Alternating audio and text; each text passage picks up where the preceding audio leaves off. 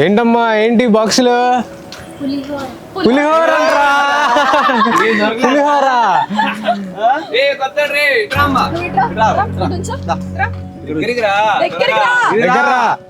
ఏ ఊరమ్మా మంది?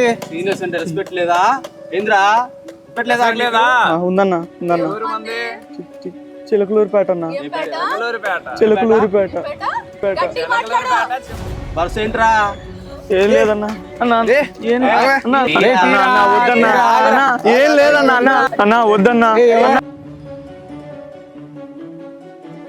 మీ అక్క నెంబర్ ఇవ్వరా అన్నా. తను ఇప్పుడు లేదన్నా, చచ్చిపోయిందన్నా. మీలాంటి వాళ్ళు కాలేజీలో ర్యాగింగ్ చేస్తే తట్టుకోలేక, ఇంట్లో చెప్పుకోలేక సూసైడ్ చేసుకొని చచ్చిపోయిందిరా. చచ్చిపోయింది. రే ఏం చేస్తున్నారా మీరు? మీకు అసలు బుద్ధి ఉందా?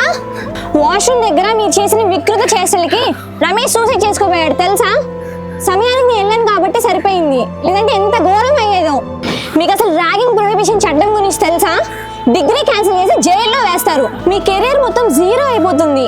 ఇది మీ ఇంట్లో వాళ్ళకి తెలిస్తే ఏమైపోతారో ఒక్కసారి ఆలోచించండి రా. సరిగ్గా చెప్పావు హర్షిని. యాంటీ ర్యాగింగ్ స్క్వాడ్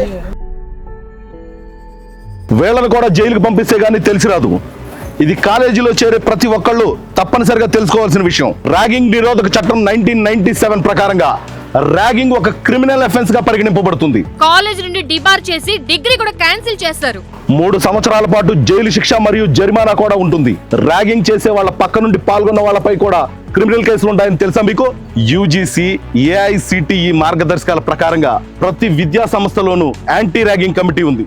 కొత్త విద్యార్థుల రక్షణ కోసం anti ragging help line numbers కూడా పెట్టాం. మీరు చూడలేదా? సీనియర్స్ ఎప్పుడు మెంటర్ లా ఉండాలి, టార్మెంటర్ లా కాదు. Sorry madam. ఫ్రెండ్స్ మన ఇంకో ఫ్రెండ్స్ ఇంకెప్పుడు ర్యాగింగ్ చేయండి. సారీ రా, ఐఎమ్ ఎక్స్ట్రీమ్లీ సారీ.